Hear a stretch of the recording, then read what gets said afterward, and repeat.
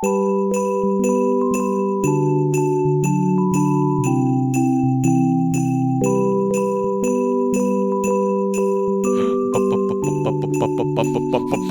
the 9th day of Child's Play, our Alex gave to me 9 revolutions, 8 milking tables, 7 crows attacking, 6, 6, 6, 5 strawberry shakes. 4 Egan Tulips, 3 Joe Rogan's, 2 Super Brews, and the pianist on DVD. 9 revolutions that's a really solid, dude. That's good work. I like that very much. Bingo bongo. That's one for me. You got to do one for you, and then the rest can be for the milking tables. That's for the wenches. That's for Polly, Mick. I like the idea that under the milking table was Paul McCartney the whole time. You say you want a milk-a-lution. Well, you know, I want to milk this table. In Penny Lane, there is a wench under a milking table. In her hands are an udder made of rubber. She always has to wipe the udder clean. Clean milking machine. Lovely Rita, milking maid. Dear milker, won't you come out to milk? Dear milker is barbaric. Dear milker. See the brand new skies. The sun is up. The clouds are blue. The table's milked. And so are you, dear milker. Milk me do. Milk. I need somebody. Milk. You. Not just anybody. Milk. I need some milk. Milk. There's so much milk, so much milking to do today. I got a table that is gonna help me out in many ways. She milks you, yeah.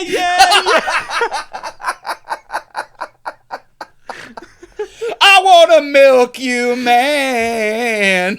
I wanna milk you, man. I milk you. Bam, bam, bam. I milk you so bad.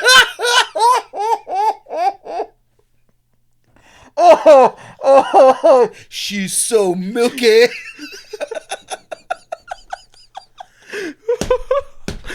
Oh, fuck. That's top 10 bits. Oh, my God. Jesus Christ. Ooh. I'm dying a little bit. This fucking milking table is going like in the Child's Play canon with like Satan and fucking and Jesus and the milking table and Colin Malloy are all just sitting around milking the milking table. Oh, fuck me. Well, you guys remember that episode where Malcolm Gladwell and Colin Malloy went to the milking table? It's my favorite. Jesus Christ. I feel like we both just put ourselves on the naughty list for sure. No, I mean, no doubt about that. Speaking of that naughty list, though, let's get to the real milk of it all. Today we are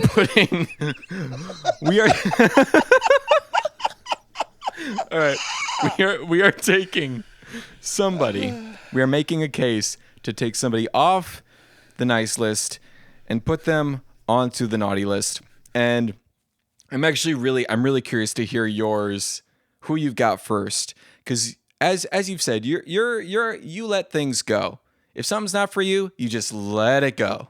I said that off. I have a really hard time holding on to hate. I really don't enjoy doing it. Also, I smoke weed most days. So that's usually, if I'm pissed off, usually I'm like, wait a minute, what the fuck am I mad at? Let the kids listen to the band. Who cares? I don't give a shit. Reba's got another television show. Good for Reba. I don't care. Let it happen. But I've got something that doesn't disappear. Am I up first? You are up first. This is you. I could say reality television across the board, but I want to say specifically Love is Blind. Not Love is Blind, my bad. Love Island. Any of them. Love Island, collectively. goes Fuck to the Love Island. Wow. It Okay. right in the naughty list. People like it, and I hear a lot of the defense of trash TV as like a guilty pleasure, but like it's right there on the tin, and like there isn't a whole lot of it just makes me sad. I have a lot of coworkers who like want to hang out in our green room and watch Love Island on like the break, and like all these people are like, they're like, oh yeah, I'm an architect, and I'm like, kick ass. Tell me about architecture and your life, and all they do is sit around and sweat and drink and make out. They don't even get to fuck. It's not even Love Island. Are you familiar with the premise of the show? I must admit to you, I have seen of one season of the British series, many, many episodes. Okay. And then we stopped. I think just because it's so long and it has the goal to be like new one every tons day. Of it. What it is it's a soap opera, right? Like it's a soap opera. Like it's like, I think that's part of it, is that they have to like put them in this open air, like sexy person zoo. Yeah. Yeah.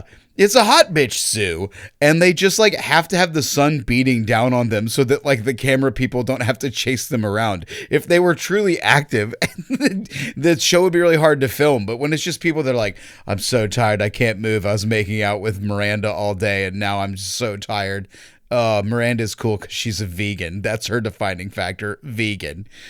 And like, I don't know, they just have it could be an interesting show if they like weren't busy trying to make sure that they had to stay on the island by having a couple or whatever. I don't know. Also, I don't think any of them are hot. I think they're weird looking. It could be interesting as a show if they did anything. Yeah, and they don't do shit. They really don't. They have games just to fill airtime, but they mean sort nothing. Of. They don't do anything. They just fucking lie around, and they're like, oh, she made out with him, and now she's making out with him. And then like sometimes they go on a date. Like at least the people in like the real world have a job that they're supposed to have, right? They go and the people on like below decks or lower decks or whatever the fuck it is, like have to run. The ship has to run. Like they're doing a job. At least the people on Love is Blind are gonna get married. You know, they have to plan a wedding. Right. There's an end game. And it's shorter, and you know it's going to fall apart because, spoilers, Love is not blind. Absolutely not. They've proven it again and again. Yeah. It's frankly, it's not patient all that often either. It's frequently neither patient nor kind. I just want Nick and Vanessa to come on and be like, our experiment has proven it. Love is blind if you meet the person and you think they're hot.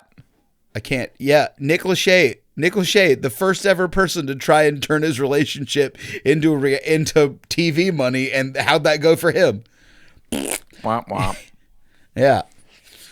Anyway, that's mine. I think it goes on the naughty list, and you know what? That's all right. It can be on the naughty list, and people can enjoy the naughty thing if that's what they want. I don't think you should be guilty about your pleasures. I really don't think you should be. I don't think if you like something, you should say it with your whole fucking pussy, and you should like it, and that's great. But like, I don't know. For me, it just makes me sad. I would much rather watch the architect and the scientist like have an actual conversation about something than like be like, oh, they're so hot. Let's see who licks each other's face. It's very dumb. All right. So for me, I am proposing that we gotta get, and I think he's trending this way. We gotta get Dwayne "The Rock" Johnson off the nice list. I'm into it. Fuck this dude. Gotta go. He's been lurking in the shadows too long. He's been playing to everybody, trying to be like most followed man. I'm just super muscular, and I'm oh so nice, and I'm done with it. I'm done with this facade. Especially take a stand, Dwayne. Stand for something, you fucking coward. Do anything, man. You can't play every man anymore. Literally, you're like 5 men stacked on top of each other. You cannot be just one every man. You're all the men. Share some men. These poor maids are busy milking everything they can find, and they have no men because they're all Dwayne "The Rock" Johnson. Ever since I found out that this dude has in his contracts, you can't show me losing a fight. I won't allow it. That's so lame. It's super lame. It's quite literally the Superman problem. You cannot being the protagonist with no weaknesses or like one very specific weakness that never fucking works is just it's boring. You're too strong. Well, at least Superman's weakness is like he likes people, right? Like Superman's big weakness is that his love for humanity. So if you fucking chuck Lois Lane off of a waterfall, then like he has to do something about it. This is true. Dr. Manhattan would never. He's completely disconnected from his humanity. Dr. Manhattan would laugh at Lois as she plummeted to her doom. He would stop time and have a discussion about mortality with her, like right before she hit the bottom, and then be like, "Okay, cool, bye," and then like let it go. I am apathetic to this situation. Yeah, I am Dr. Manhattan. I'm just trying to help you understand your death's place in all of the cosmos. It's nothing. You're nothing. Are you okay? Are you better now? No? All right. I did what I could. I'm going to Mars. Respect. So that's point one. That's put me off of Dwayne.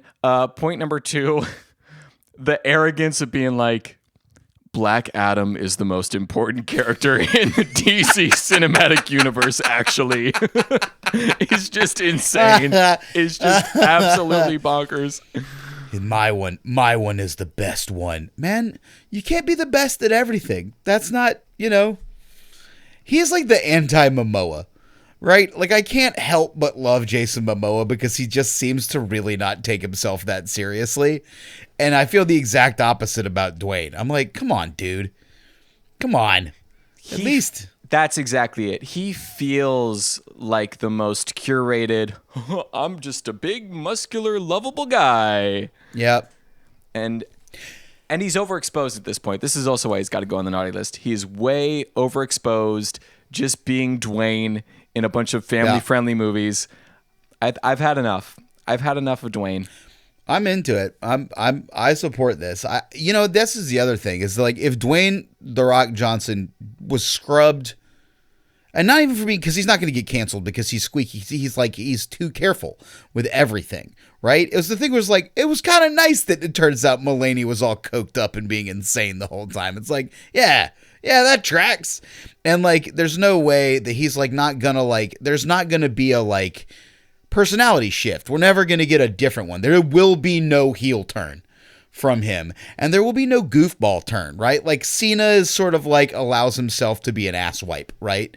As like Dr. Freedom Fucker or whatever the hell his name was. In the I think that's it. I think that's it. Yep. Yeah, and in like Neighbors or like this weird movie where he's like somebody's made up friend or whatever. I didn't watch it, but it looks like he's willing to be the asshole of a joke. And I just don't think Dwayne is at all, which is, No, but there is one asshole moment I forgot, which was during the Hawaiian wildfires when both himself and Oprah got on camera and said, "Guys, can you send some money?"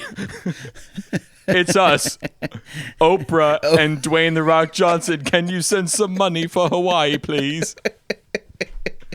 Just fix it. You're fucking loaded. Also, his tequila's mid, but like that's to be expected. I don't know.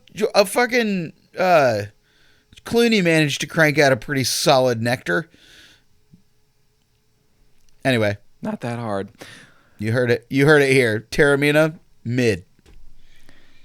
And I think that's about gonna do it for this. Yeah, that's this episode. Nobody could. The most damning thing ever. You look at a celebrity, you tell them that their booze is fucking No, they melt like the Wicked Witch. I just don't understand why so many of them do it. So like, I should get into the spirits game. Oh well.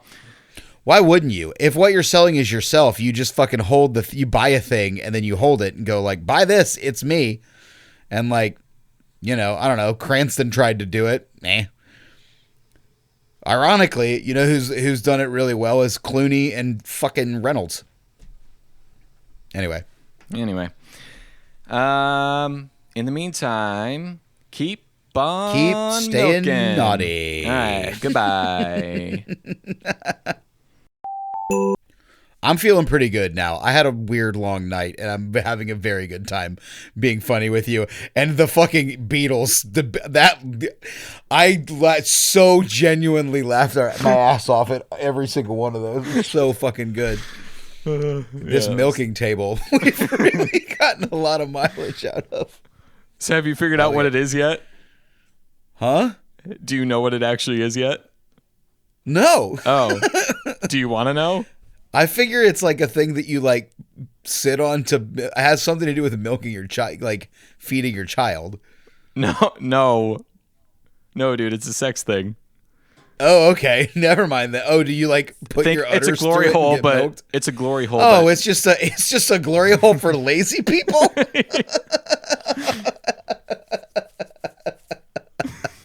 Fucking at least stand up if you're gonna put your cock through a wall.